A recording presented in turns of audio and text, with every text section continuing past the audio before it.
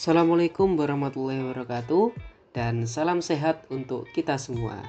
Baik, pada video kali ini kami akan menjelaskan terkait dengan penggunaan obat secara efektif dan aman. Untuk itu silakan menyimak dengan baik. Obat merupakan zat yang digunakan untuk pencegahan, penyembuhan penyakit, serta pemulihan dan peningkatan kesehatan bagi penggunanya.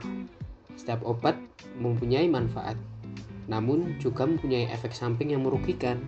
Oleh karena itu, diperlukan pengetahuan penggunaan obat yang efektif dan aman. Tujuan penggunaan obat secara efektif dan aman yaitu yang pertama, menghemat biaya pengobatan. Yang kedua, mencegah terjadinya resistensi atau kekebalan kuman untuk penggunaan antibiotik. Yang ketiga, mencegah efek obat yang tidak diinginkan.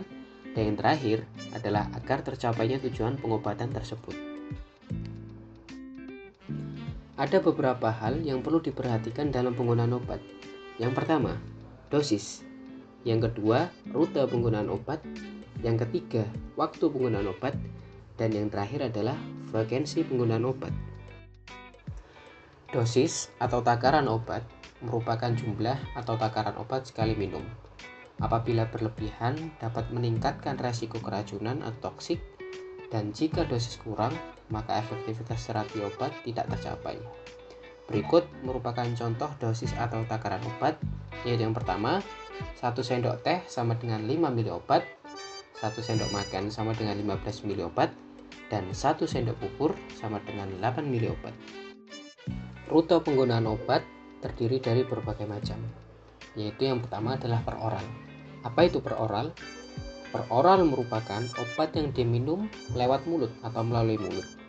Bisa berupa sediaan tablet, kapsul, sirup, drop, ataupun puyer. Baik, selanjutnya ada intravena, yaitu obat yang diinjeksikan pada pembuluh darah. Ada intramuskular, obat yang diinjeksikan pada jaringan otot. Dan ada intrakutan, obat yang diinjeksikan pada jaringan kulit. Selanjutnya ada obat luar, yaitu obat yang pemakaian di luar tubuh dan tidak untuk diminum. Dan ada subkutan, yaitu obat yang diinjeksikan pada jaringan di bawah kulit. Rute penggunaan obat subkutan pada insulin. Yang pertama, persiapkan insulin pen dan lepaskan penutup insulin pen. 2. Lepaskan kertas pembungkus dan tutup jarum. 3. Pastikan insulin pen siap digunakan. 4. Atur dosis sesuai anjuran dokter. 5. Pilih lokasi bagian tubuh yang akan disuntik. Penyuntikan dapat dilakukan pada bagian perut, lengan, paha atas, atau pantat. 6. Suntikan insulin. 7. Persiapkan insulin pen untuk penggunaan berikutnya. Detail rute penggunaan injeksi. Injeksi intramuskular dilakukan dengan memasukkan obat menggunakan syringe atau spuit pada posisi jarum tegak lurus 90 derajat. Injeksi subkutan dilakukan pada posisi jarum dengan sudut 45 derajat. Injeksi intravena dilakukan pada posisi jarum dengan sudut 25 derajat. Sedangkan injeksi intrakutan dilakukan pada posisi jarum dengan sudut 15 derajat. Waktu penggunaan obat dibagi menjadi 3, yaitu yang pertama pada saat makan. Dapat diminum segera setelah makan tanpa ada jeda waktu atau bisa diminum di pertengahan makan. Contohnya Akarpos. Yang kedua sebelum makan, yaitu obat diminum 2 jam setelah makan terakhir atau sekitar 30-60 menit sebelum makan berikutnya. Contoh obatnya Antasida. Dan yang ketiga sesudah makan, obat diminum kurang lebih sampai 1 jam setelah makan dan jangan mengonsumsi obat lebih dari 2 jam setelah makan. Contoh obatnya ibuprofen dan asam mefenamat. Frekuensi dari penggunaan obat sendiri, yakni obat diberikan 1 kali per hari, di mana kadar obat mampu bertahan dalam darah sampai kadarnya menurun menjadi setengahnya, sembari tetap memberikan efek, adalah selama kurang lebih 24 jam. Selanjutnya, obat diberikan 3 kali dalam sehari. Penjelasannya, kadar obat dalam darah menurun sampai dengan setengahnya sembari tetap memberikan efek adalah selama 8 jam. Berbeda dengan waktu penggunaan obat, lama penggunaan obat merupakan waktu yang dibutuhkan untuk mencapai efek pengobatan yang diharapkan. Yang pertama, untuk penggunaan antibiotik harus diminum sampai habis. Lalu untuk pengobatan kronis diminum rutin sampai waktu kontrol berikutnya.